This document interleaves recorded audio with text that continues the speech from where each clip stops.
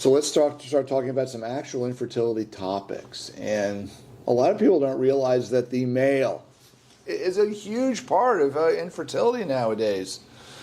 Yeah, low sperm, low performance, low desire.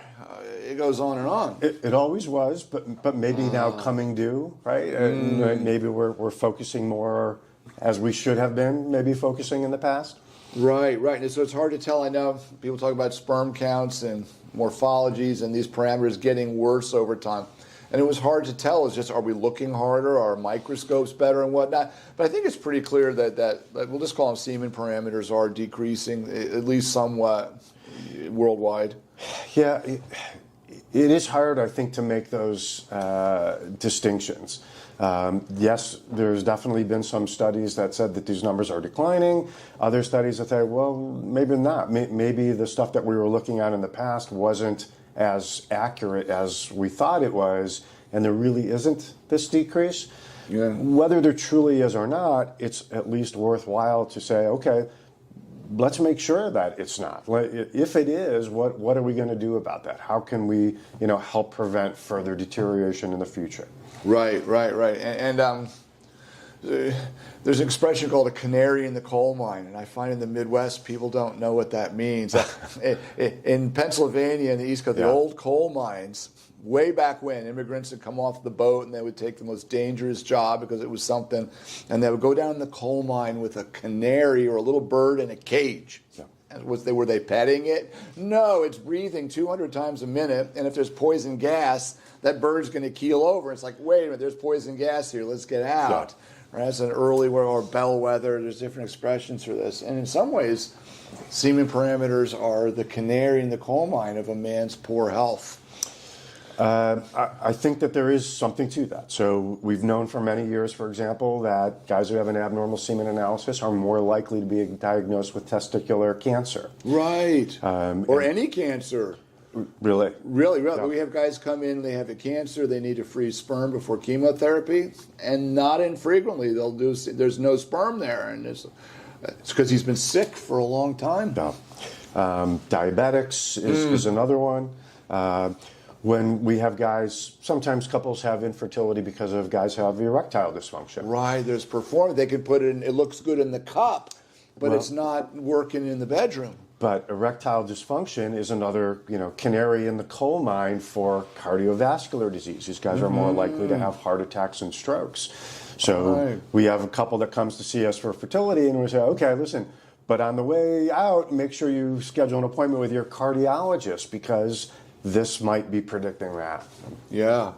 So, and by the way, I think that infertility in general is sort of underappreciated as a bellwether for general health, male and female. Yeah, right? Exactly. Good point. So a guy comes in, we've got a couple. We usually get a semen analysis.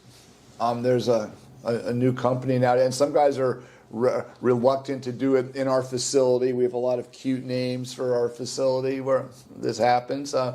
But nowadays there's a new company out that actually allows you to make it at home, and they've got a special kit where they mail it, and they seem to be getting pretty good numbers. What do you think about that? I haven't looked at the data. Okay. So, obviously we're here at this conference, and they have a gigantic exposition hall with all of these vendors, and I saw, the vendor that you're talking about with this home collection. So, traditionally there's been three parts to the semen analysis, right? Tell me. The numbers of sperm, the movement of sperm, and their appearance under the microscope. So you say, all right, generally we have guys collect in the office. We're doing that evaluation within, 30 minutes or so.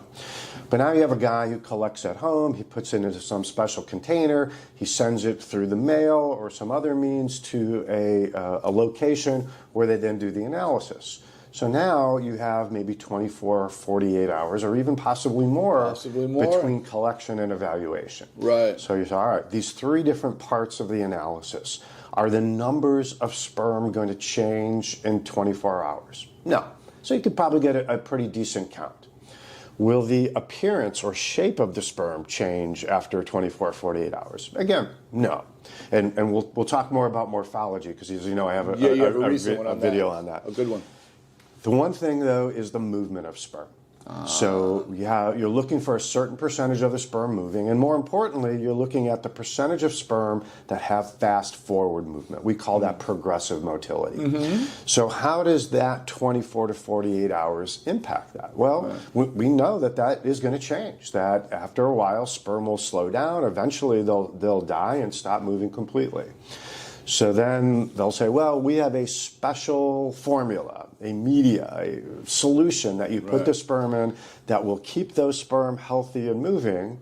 And I'm like, okay, but that's a big lift. You've got to prove to me that really does not change in a large variety of men, guys who have great movement, guys who have average movement, guys who have poor movement, and say, all right, yeah, we looked at this and we compared it to an analysis that we did right at the time of collection. And again, I haven't evaluated this company, but that's the stuff that I would want to see before I start recommending that to my patients. Right.